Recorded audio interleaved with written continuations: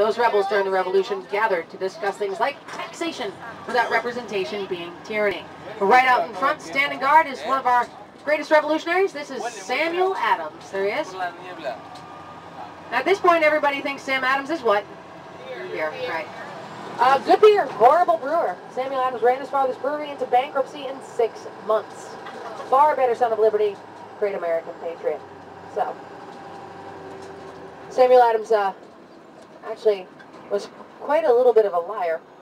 I'm going to just sort of stop at the green light. I know that's like weird for Boston, but I want the red light. I'll tell you a story. Samuel Adams' biggest piece of propaganda, the thing that he's most remembered for, is the Boston Massacre, which really wasn't a massacre at all. It was more like self-defense. And it occurred right out in front of the old State House. It's the brick building in front of us. This was the seat of British colonial government until March 17th, 1776, that evacuation day. So it was a cold day in March 1773. You have some British sentries standing out in front, redcoats as you might visualize them, and then you had the Sons of Liberty down at Faneuil Hall. Rah, rah, rah, taxation without representation, getting all riled up. And they're going to go down to the Liberty Tree, which used to be about a mile away where the Sons of Liberty held their meetings. Well, they had to go by the State House here, and they saw the sentries and they started picking on them. There was about 100 colonials to 2 sentries at that point. They called for some reinforcements. Well, then there's 6 sentries and then 1 officer, and the mob grows.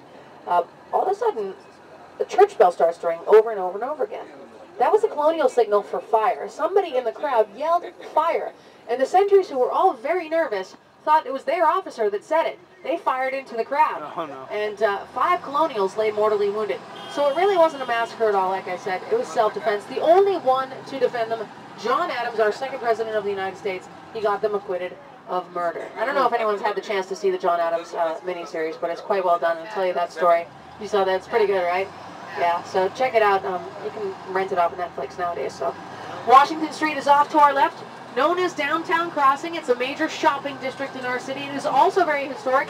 It's home to the 2nd Boston Massacre, better known as the Finley's Basement Bridal Sale. I don't know if you've all heard about this, but it's absolute murder. They put these $7,000 wedding gowns on sale for $200. The women go bananas for it. But they closed down the original Finley's Basement to be rebuilt very soon.